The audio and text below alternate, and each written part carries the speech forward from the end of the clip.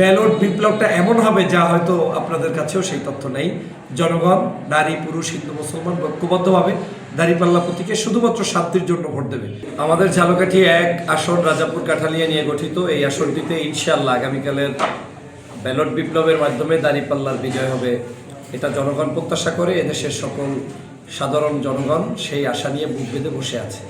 কিন্তু আমাদের প্রতিপক্ষ যখনই বুঝতে পেরেছে যে এই আসনটিতে তারা হারবে, তারা যে কোনো মূল্যে এই আসনটাকে সন্ত্রাস, নৈরাজ্য সৃষ্টি করে তারা ছিনিয়ে নিতে চায়। যে কারণে তারা ইতিমধ্যেই বিভিন্ন সেন্টারের আশেপাশে যে সকল বসতবাড়ি রয়েছে তাদেরকে হুমকি ধামকি দিচ্ছে, তাদেরকে বলার চেষ্টা করছে কোনো মূল্যে এই আসনে তারা যাতে ভোট সেন্টারে না যায়। আবার যারা যাবে তাদেরকে নাকি ভোট দেখিয়ে দিতে হবে। যেমনটা আপনি জানেন, গতকালকে আমাদের পালটে দুর্ঘটনা ঘটিয়েছে। তারা আমাদের এক কর্মীর বাড়িতে হামলা করেছে, যেই বাড়িটায় আমি মাত্র 2 দিন আগে দুপুরের ভাত খেয়েছিলাম। তখন ওই বাসা থেকে মহিলারা আমাকে বলেছিল যে আপনি আমাদের বাসায় ভাত খেয়েন না।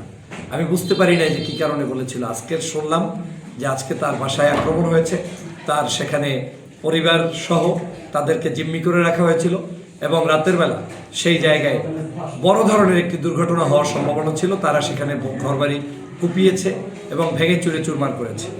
আমরা পরবর্তীতে সেনাবাহিনীর সহায়তা নিয়েছি, প্রশাসনকে জানিয়েছি এবং আজকের আমি সেখানে ঘুরতে গিয়েছি এবং স্বচক্ষে দেখে এসেছি।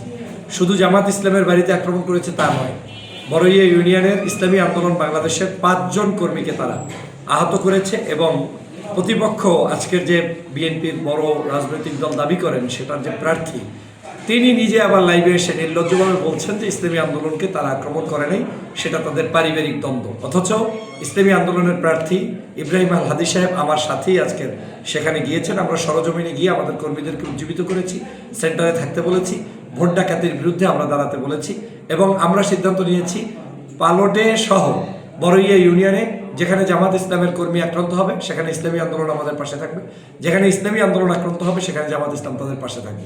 আমরা যে কোনো মূল্যে ওই জায়গায় একটা সুষ্ঠু সুন্দর ভোট নিশ্চিত করতে চাই। আপনারা জানেন এর আগে পেংরিতে আমাদের উপর আক্রমণ হয়েছে। আমাদের বোনেরা সেখানে কাজ করতে চেয়েছে, তাদেরকে সুষ্ঠুভাবে কাজ করতে দেয়নি। সেখানেও প্রশাসন সহযোগিতা করেছে, আমরা তাদেরকে অভিযোগ করেছি। গত 2 দিন আগে গতকালকেই আমতলা বাজারে আমাদের জামাত ইসলামের দীর্ঘদিনের অফিসটি পুড়িয়ে দিয়েছে, একদম শেষ করে ফেলেছে।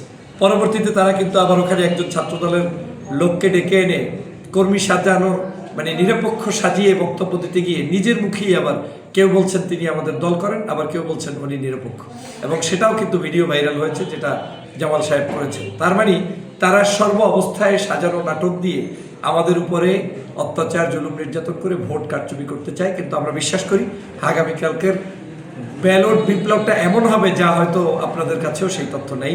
জনগণ, নারী, পুরুষ, হিন্দু, মুসলমান ঐক্যবদ্ধভাবে দাঁড়িপাল্লা প্রতীকে শুধুমাত্র শান্তির জন্য ভোট দেবে।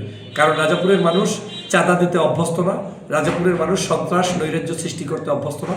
তারা একটু শান্তিতে ঘুমাতে চায়, যার ব্যবসা, যার ধর্ম তার মতো সে করতে চায়। সে কারণে এই বিষয়টা অত্যন্ত গুরুত্বপূর্ণ। আরেকটি বিষয় আপনি বলেছেন আজকের আমাদের কোনো মহড় ছিল কিনা কোথাও। আমাদের এখন পর্যন্ত আমাদের কোনো মহড় নেই। আমরা বরং দেখছি প্রতিপক্ষ প্রার্থী 5-7টা গাড়ি নিয়ে ঘুরছেন। কোনো জায়গায় তিনি নিজে লাইভে এসে বলছেন যে আমরা ভোটার স্লিপ দেওয়ার নামে তাদের দলের কর্মীদেরকে বলে দিয়েছে বেশি বেশি করে যাবা। কেন যাবে? যাতে করে প্রতিপক্ষ কেউ হামলা করতে না পারে। অথচ বেশি বেশি করে যে যাবে, গতকালকার রাতে আমি আমার বাড়িতে যাওয়ার সময় তার দলের প্রায় 25-30 জন মানুষকে রাস্তার 2 পাশে দেখতে পেলাম। আমি জিজ্ঞেস করলাম আপনি এখানে কেন আসছেন? আপনারা বলে ওয়ার্ক করতে এসেছি, আমরা ক্যাম্পেইন করতে এসেছি। তাহলে সরাসরি আমার ভিডিওতে আছে, সেটা আমার পেজে গেলে দেখবেন। তারা নিজেরাই স্বীকার করছে যে ওয়ার্কিং করতে যাচ্ছে, ক্যাম্পেইন করতে যাচ্ছে, অথচ ক্যাম্পেইন নিষিদ্ধ গতকালকে। আমাদের কোনো জায়গায় দেখাতে পারবেন না যে আমরা লিফলেট বিলি কিংবা প্রচারণা কোনো কিছু করেছি।